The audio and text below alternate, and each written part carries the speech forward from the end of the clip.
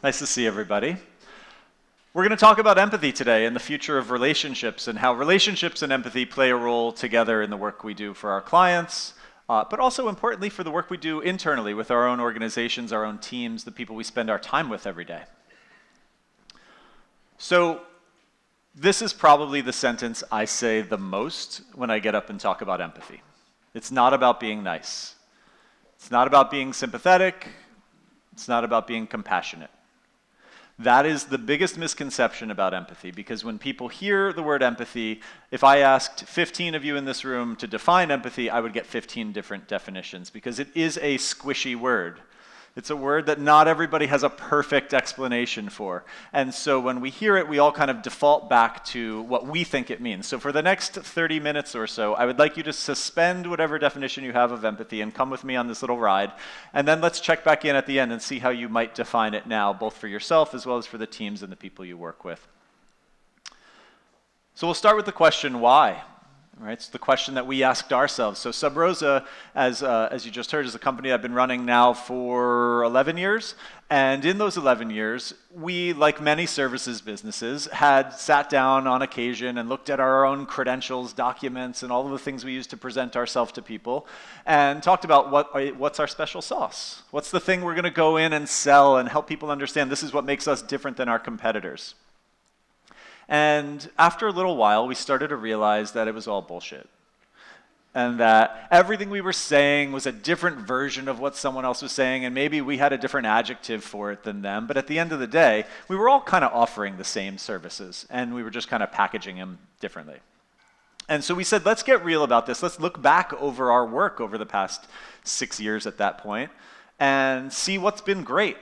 And let's understand what made it great. Let's also look at what was terrible. What was some of our worst work? What failed? And why did it fail? And in doing that, this theme kept coming up about empathy, about perspective taking, about learning how to understand people around us better. And so we said, let's really invest in this. Let's commit to it. Let's not just like put it in a deck and put it in italics and make it seem like that's our new thing. We actually went into academia. We taught it at Princeton for 3 semesters. We taught it at West Point. We worked with the Obama administration with it. Current administration's not so into empathy in its current context. But you'll see actually as we go a little later that Trump actually is a pretty good understander of who he wants to manipulate and who he wants to use information to get what he wants, right? And so that's part of empathy too, is there's a code of ethics that comes along with empathy. There's what are we going to do when we understand people better? What are we going to do with that information? And will we use it ethically? We'll get to that in a moment. But before we get there, I want to talk about something that is often misconstrued about empathy, which is that some people have it and other people don't. Right? When you hear empathy, you're like, oh, that person's super empathic, and those people really don't know how to do that at all, and I'm somewhere in the middle. Empathy is a human trait. Yes, some people do have more of it than others. Some people are predisposed to it more than others. But if you go back to the dawn of time, if you look at how humans existed in the world, there's always a theme that seems to emerge when archeologists dig up ancient civilizations. They always find cave drawings. They always find paintings on walls, right? It's because we have an innate desire to be understood and to understand. We have an innate desire to share our story, right? That's something that's we're wired to do in some way, and that's something that all of you do in your own way. It might not always be with words, it might be with pictures, it might be with materials, it might be with lighting, it might be with a whole host of different things, but the relationships you build are built to convey something, to help understand something, to help create an experience for people.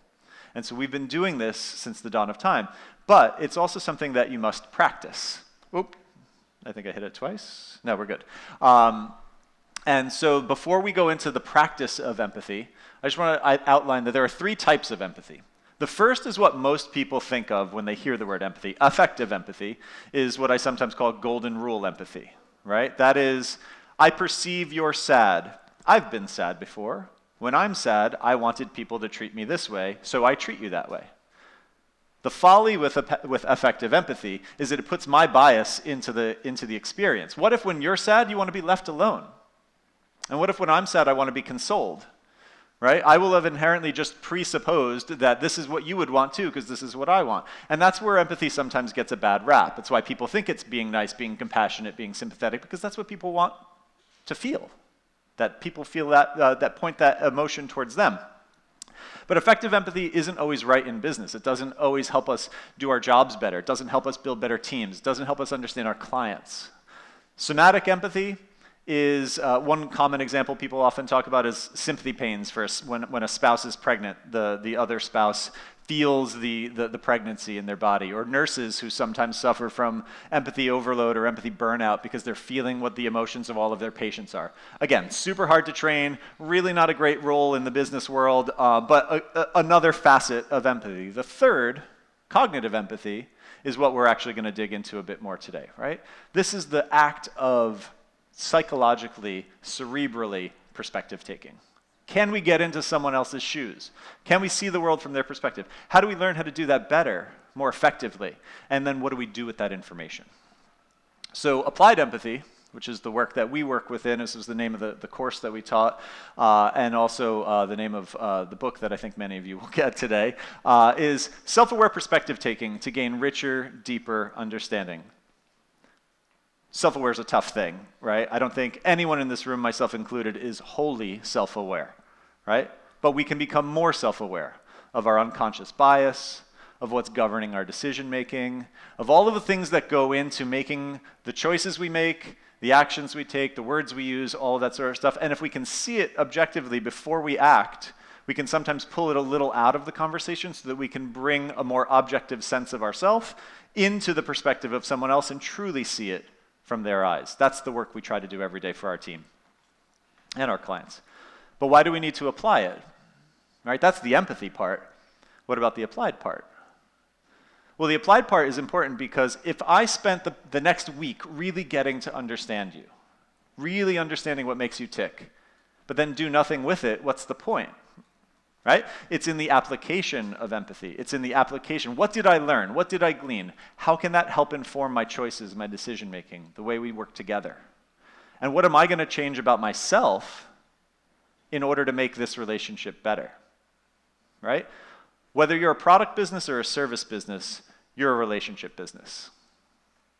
And so what are you doing to think about the relationship you're cultivating and how you're applying new understanding about the people you care about, the people you work for, the people you make your products or services for, in a way that ultimately builds a deeper, more meaningful relationship? But it's not easy. This is probably the most important slide in the whole deck because this is hard work. Things slow down before they speed up. Empathy is going to make you uncomfortable. I will make you uncomfortable in another 25 minutes. It's part of the schedule of this.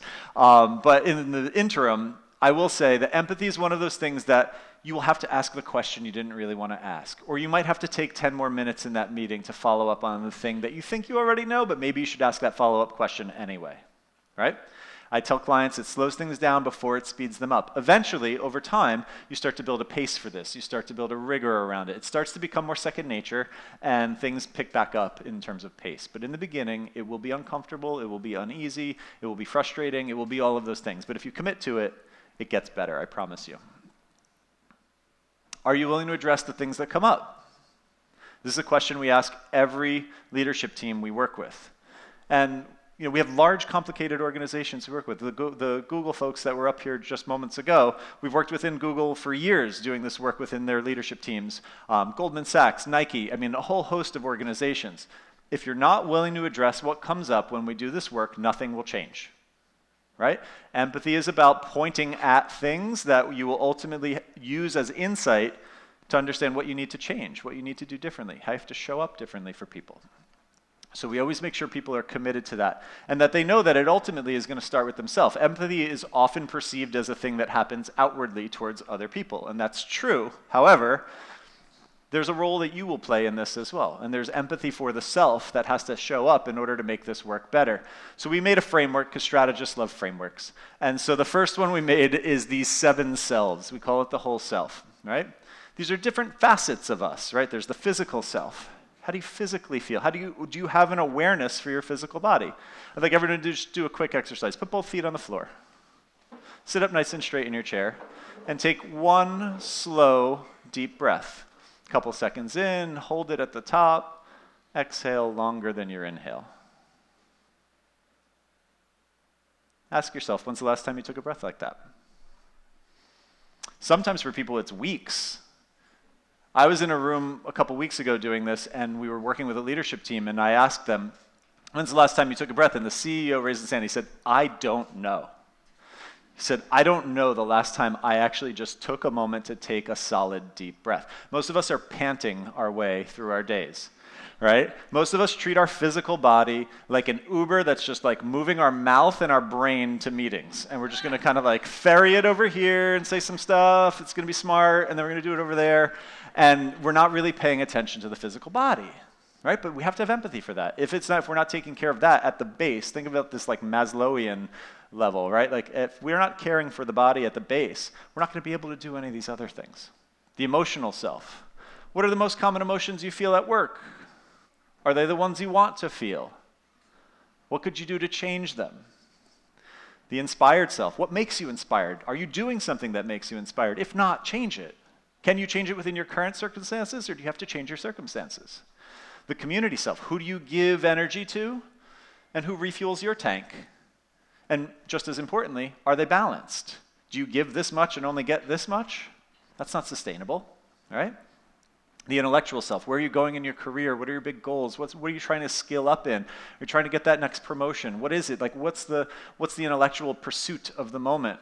Mindfulness. Everybody talks about mindfulness in business. For me, that's just about presence. How often are you truly in the moment with someone? Or are you on your device? Or are you thinking about where you need to go next? And the aspirational self. What are you here to do? What do you want to accomplish in this little short life that you get?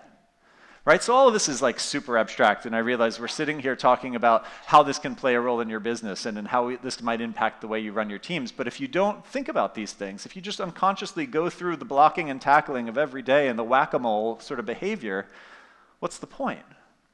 Right? Let's dig into this a little bit. Let's understand ourselves, and let's realize also that every single person you work with, both on your team and in your clients, are going through those same 7 things too. And they might have a very different makeup than you. And are you taking the time to understand that? Are you taking the time to understand that maybe for you it's the emotional stuff that's really the hang-up right now, but maybe for someone else, they're dealing with some stuff at home or they're dealing with some stuff elsewhere, and their community self is way out of balance. They're giving and giving and giving and giving, and they're not getting anything back. Maybe it's time you give them some time from you. Help recharge their battery. Give them some extra support. Give them some time off, whatever it is, right? Checking in on these, not just for yourself, but also for the people around you, is really important.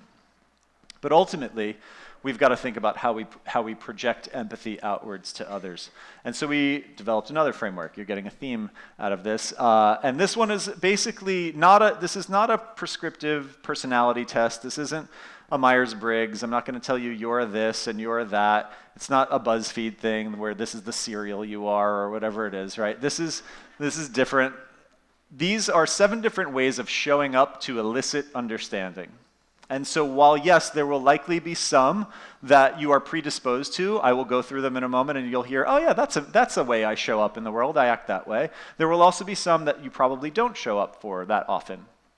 The goal, unlike a personality test where I say, oh, I'm an Enquirer and you're this, is we actually want to get skillful at all 7. We want to be able to dip in and out because empathy is a dynamic and nimble sort of practice, right? And sometimes you need to show up one way in order to get information, and other times you have to show up a different way, right? And how deft are you across all of these so that you can become a more well-rounded leader? And so in no particular order, the SAGE is about being present, valuing presence, signaling presence, and when people understand, I'm really here to understand you, to hear what you have to say, they share more because they know you're committed to them, right? That's the behavior of the SAGE. The Enquirer, great question asker. Know how to ask the question under the question, the thing that really unlocks something deeper. I sometimes think of them like the therapist in the room, right? Like the person who really knows how to get at that thing that really unlocks some deeper truth. The convener is a great host.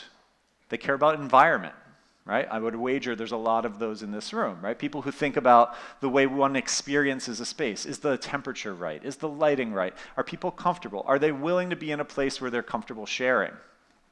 The confidant's a great listener. They know how to listen and truly hear you, not listen and plan what they want to say, which is what a lot of people do. The cultivator's a committer. They know the big picture. They know the point on the horizon. They know what it's going to take to get there. They can use that as a tool to help people understand where we're going and to ultimately get feedback from them so that we get there together. Seeker's daring. They're confident. They're unafraid. They take risks. They pivot. They know what it feels like to walk up to that threshold of change. They know what it feels like to cross it. They know how to help others do that too. And the alchemist is an experimenter. They're a prototyper. They like the act of failure and recovery is how they understand, right? If it doesn't break, they don't learn, right? So they have to break and make and break and make. So raise your hand if you heard at least one that feels like a thing that you show up as in the world. Yeah, all of you. Good. You're like every other people I've ever spoken to about this. And there are probably a couple on there that you were like, not so much, right? Maybe once in a while, but not an all the time sort of thing. That's also true for everybody, right? We're going to play more with these archetypes in a minute. But before we do, we'll talk a little bit about putting this into practice. So I'll tell you one brief example of a piece of work we've done. It's a piece of work that I've told this story many times because even though the business context in which we did this piece of work is different than the business context in which maybe some of you do your work, I think you'll see a lot of parallels. You'll see a lot of ways that this could play out for you. So the project was called For Women by Women. It's a project that General Electric gave us a few years ago, and they said, we want you to redesign our medical imaging business. And specifically, we're going to have you start in the mammography space because it's an area we've got some innovation coming. But we realize that if we're going to be successful and we're going to grow this business the right way, we're going to need to change the way we show up for people. We're going to have to change the way our business model works because we're third in category. Philips and Siemens, they sell more machines than us. So the only way we're going to get successful is if we disrupt our business model. We're going to keep selling machines, but we need you guys to figure out some other way to goose this business into a trajectory that goes up as opposed to flat. And we didn't know much about the mammography business. This was the first time we had a healthcare assignment ever. And we were pretty clear with GE about that. We said, we are not healthcare experts. I don't know if we can help you on this. And they said, you're empathy experts. That's what we need. If we want healthcare information, we'll go to healthcare people. We know plenty of them. This is a different type of assignment. You have 5 months to go into our business deeply, understand everything there is to know about mammography, understand the patient experience, understand the hospitals and their business models, understand the products we're making and the pipeline we're developing, and help us figure something out. And so we did. And the way we did that was by putting those archetypes and that whole self methodology into practice. So I'll tell you first about some of the archetypes.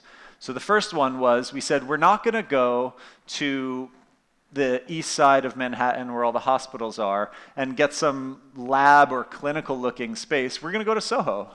We're going to take a retail level space because that's where people live. That's where people work. We want to meet them where they are. And so we rented an old Patricia Fields store, actually, and gutted it and designed it as a living lab where we could invite people in for 30 days and have different types of conversations about what makes them uncomfortable about getting a mammo. And do you have the time in your life to do it? Do you have the insurance to cover it? Or like, what are the concerns you have, right?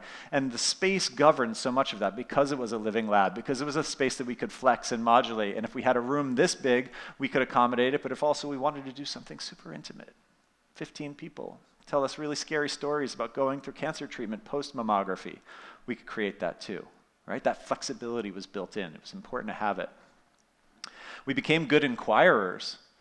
We had to signal to people early that we were there to ask deep questions. We weren't coming in, asking you to come in and ask some superficial conversation. We wanted to get under the hood with you pretty quick. We only had 30 days with these folks, right? And we were talking with doctors, patients, cancer survivors, religious leaders. I mean, like the design team from Victoria's Secret to talk about gowns because people told us that the gowns were terrible. And we said, let's bring in people who design intimate garments and actually talk with them about what that process is like. Even though we're not going to be making stuff that looks like Victoria's Secret, they have a way of thinking about intimacy that maybe could help us, right? We brought in the design team from Kiehl's to talk about how do you design an environment that feels clinical yet convivial, right? They toe that balance really nicely. And all of that helped us inform our decision making. We went into the next mindset, which is the confidant. We signaled to people that what they told us would be kept in private because so much of what we needed to know was personal, right? And they needed to know early on that they could trust us to tell us the things that they cared about. And then lastly, the Alchemist, I mean, we used all 7, but for the sake of this, you'll get 4. The Alchemist was really a living lab. We were prototyping, right? We actually had a model exam room that as someone told us something, like one woman told us that the lighting in the exam rooms is always so harsh. Well, we built a little app that you can control with an iPad, and you can change the hue of the lighting in the room to your own setting and to your own comfort level, because the lighting is actually completely irrelevant to the tests. It's just the lighting that the hospital chose to put in that room, right? So what if you did have some agency? What if you did have some control over the environment? How would that make you feel? Would that impact the way the test functions? Would that impact how often you get screened? All of those sorts of things. And then we looked at the whole self. And so we said, let's really understand some of the things. So the number one complaint from women who get a breast exam is that 87% of the women will tell you that the number one reason they don't get screened on a 12-month basis is because the memory of pain is such that when 10 months rolls around, it's like, oh, I'm going to put that off for a couple months. And 12 months might become 14, might become 16, and breast cancer is super treatable if you catch it early, but if you prolong that, you prolong the opportunity to catch it in time. It's also important to the hospital, not to be insensitive to the patient, but the hospital wants these machines running at full capacity. They want to have people screened every day. That's part of their business model. GE wants them to be running all the time because ultimately the way that the machines are profitable to GE is through service contracts and other things like that too. So everyone wants the machines to be used regularly, but one of the big drivers of why they're not is because that memory of pain is so significant, 87%. 82% of the women, so pretty close to the top complaint, was something that had nothing to do with the machine itself. Any guesses as to what the second biggest complaint of the patient experience for a mammo was? Shout it out. Temperature. Heard it right out of the gate. Yep. Average 64 degrees Fahrenheit. Cold-ass room, right? It's a cold room, and you're in that little dopey paper gown. You're going through an experience that's already uncomfortable. You're waiting to find out if you have something that's going to have to get treated. It's an overall painful and uncomfortable process. So we asked the seemingly obvious question, why are the rooms so cold? And no one could give us a straight answer. Eventually, we get back to the engineers at GE who say that 64 degrees is the optimal temperature for the lifespan of the machine. Yeah, that's why, right? Because an engineer who was doing their job, it's not the engineer's fault, their job is to design machines and create circumstances that make them thrive, said 64 degrees is the optimal temperature. But there was no human factors person. There was no person who raised their hand at any point along that journey and said, but that's cold. And so we find ourselves in these cold-ass rooms. And so we asked the second obvious question, which was what would happen if we increased the temperature? And they said, well, by how much? And I was like, I don't know, 74 degrees? They said, oh, that would be fine. It's just not optimal, right? I love engineers. And so the process then leads us to, okay, maybe we can manipulate the temperature and make the patient more comfortable. So we put that aside. We'll come back to that in a moment. We then started to talk about the emotional self, right? What's going on in the emotional state of people as they make their appointment? Well, one of the big things, as many women in this room probably already know, is the wait time. The time between exam and result. Can we tighten that up? Can you get your information back faster? Do you have to writhe thinking about that? One woman told us about how we did these little video interviews where basically we sent them home with cameras and they had to record the making of the appointment, the getting the exam, the night before the exam, the day after the exam, and kind of got to see a window into their world without anyone there, just in these little private confessionals. And one woman talked about how her mom had battled breast cancer twice before she passed away from it a third time. And that waiting period was just her reflecting on that every year, every time she got a mammo. And she was like, God, if this could just be shorter, I'd have a little less agony every time I go and do this, right? So understanding that, how might we change that? How might we speed that up? The community self. Do you have support around you? Do you have folks who actually are there if something goes wrong, if you're going to have to go through treatment? Do you know how to do that? Do you have a support system? Can we make sure there is one for you? And the aspirational self, we had this other woman who came in and she talked about how she was getting her mammo because she had just had a kid and she was realizing how this is not just for me anymore. This is about me being a caretaker for someone else. And so seeing all of those different perspectives really gave us a different way to think about and work on this project. And so with all of those insights, with all of those things, we designed a better exam room that you could control the lighting and the smell of the room even. We designed a different gown that wasn't as clinical. One woman told us that that's the gown they give sick people, right? So we designed a gown that felt a little more spa-like. We increased the temperature by 74 degrees. We did all of these little things that had nothing to do with the machine. And we did a trial with Memorial Sloan Kettering. And we brought women who had been screened 60 days prior back to be screened under new circumstances. The machine did the exact same thing it did 60 days prior. Breast tissue goes in, compression occurs, light goes from the top to the bottom, scans for cancerous cells. The complaint of pain was cut in half. 50% less complaints of pain, but the machine did the exact same thing. But it was just people were cared for differently. They were comforted in a different way. The room was more comfortable. The people around them were more comfortable. That wasn't the most astounding finding. The most astounding finding was we increased the efficacy of the test by 12%. We could find 12% more cancer because women were comfortable and their muscle tissue got flatter and more relaxed when the compression occurred. And so light actually was more efficiently able to find cancerous cells. Completely unpredicted on our part, and frankly, someone smarter than us should have caught that long ago. But nonetheless, there we were, and so we went back to GE and we said, look, the way you build your business is not by selling machines. You're going to keep selling machines, but now you're going to sell services to hospitals. So much like some of you who've had your children in New York have probably chosen one hospital versus another because they have birthing rooms or doulas or whatever it is that made you comfortable, now there are GE imaging centers around the world that take these best practices, not just for mammo, but also for MRIs for kids, and the machines are designed like pirate ships so that it feels like a more of an adventure and something that they can psychologically be more comfortable going through. There are all of these best practices around how empathy can play a role in the healthcare process. And GE's business overall has not been terribly great over the past few years, but the healthcare business has seen steady growth because it's actually put the patient first. It's put empathy at the center of what they do. So I know not all of you in this room, probably none of you in this room are designing mammography suites at hospitals. Nonetheless, these practices can be applied to whomever you are designing for, whomever you're creating environments for, and how you're thinking about those relationships that take place in those environments. So where do we go from here? Well, empathy goes in all directions, right? Sometimes we have to go inward and do that interior work. Sometimes we have to go out into the world and do it with others. Sometimes we have to look into the past and say, what did we do back then that made it so good, and how can we keep doing that? And sometimes you have to look out into the future. And the windshield is bigger than the rearview mirror for a reason, right? What's the point on the horizon? Where are we going? Yes, check back there and make sure we're still bringing the good stuff along for the ride, but make sure we have a clear point on the horizon we're headed towards too. And you can expect results. People think when you talk about empathy, it's super soft, and like, how are we going to measure this? And there's always that person in the room that I refer to as the tooth sucker. It's the person who goes like this whenever I'm in there talking about empathy. But decisions start to become more understandable and inclusive. Teams start to become more collaborative and productive. You start to see the emergence of high-functioning teams within a couple months of practicing this work. Companies become more responsive and resilient. You can change faster as the market changes. All of this is important stuff. All of this helps switch on empathy in a more meaningful way in your company, and it does become measurable.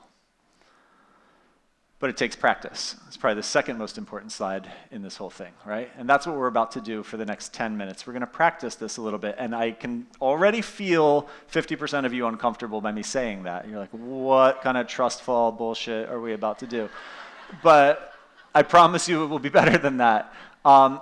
We have some cards that we're going to distribute. This room is kind of oriented in a funny way, so they'll come down the rows. There'll also be some cards distributed over here. I'll explain a little bit about this as the cards get distributed. So what we're going to do, when you get the deck of cards, if someone hands you a deck of cards, just hold it for the time being. Don't do anything with it. We're going to go back to those archetypes. So I'd like all of you to just take a second and pick an archetype. It could be one that you feel is a strength. It could be one that you feel is an area you'd like to work on. It could be a random one that just seems interesting to you and you want to play with, okay? So when you get the deck of cards, those adults that are holding the deck of cards, I will refer to the people who hold this because this is the one time you have to be responsible for the 40 minutes I'm up here for anything. So the adults, when you get it, just flip through quickly. Don't take more than 5 seconds. Find one of the cards that you would like to work with, one of the archetypes. They're all labeled on the bottom. Look at the purple side. Don't flip it over when you draw it and look at the white side, because then you're going to be cheating on the game. Okay, so flip through the purple side, pick a card that you think works for you, pass the deck along. I will give you about a minute and a half for everybody to get cards in their hands, and then we'll get this exercise started. Michael? Oh, yes. Sorry, yelling. Voice of God. Hi. Hey, it's Sophie. How are you? There you are. Can you read Rattle them off again? Yep, yeah, sure can. Thank you. The Sage is about being present, being in the moment, connecting with people, signaling that you're truly there for them. The Enquirer is a great question asker. They know how to ask the question that unearths that deeper truth. The Convener is the host.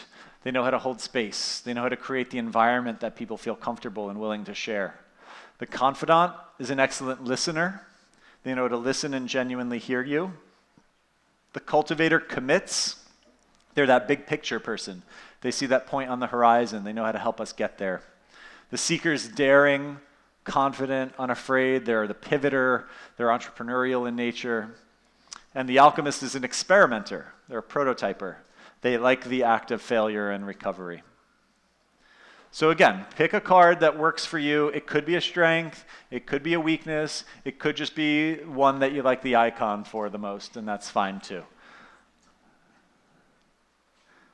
Raise your hand if you do not have a card, just to get a temperature check. Okay, we're getting there.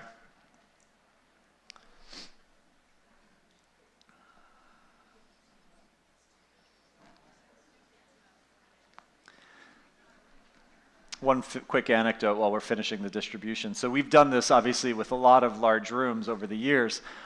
We did this at West Point with 50 career generals, so 2-star, 3-star military officers.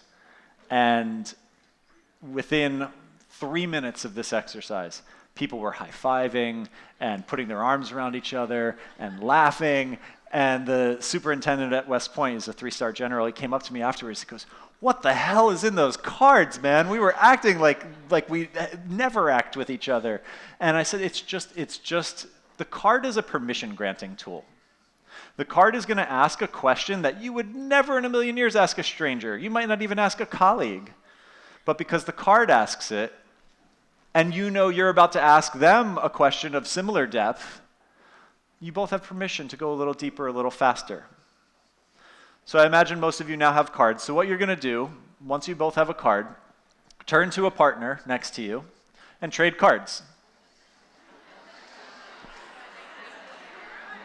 So once you trade cards, keep it down, one more second please, and then I'll let you talk.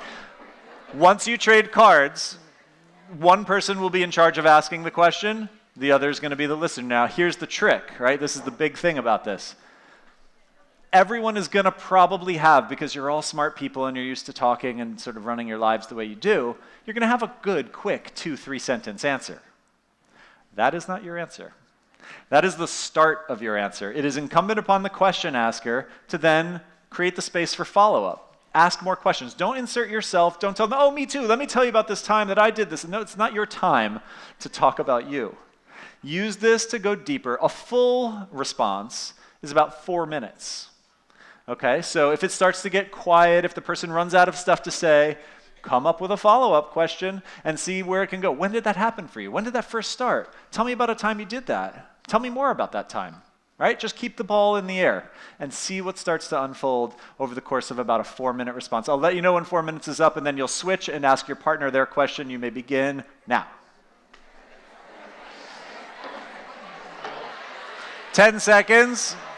Wrap up your conversations.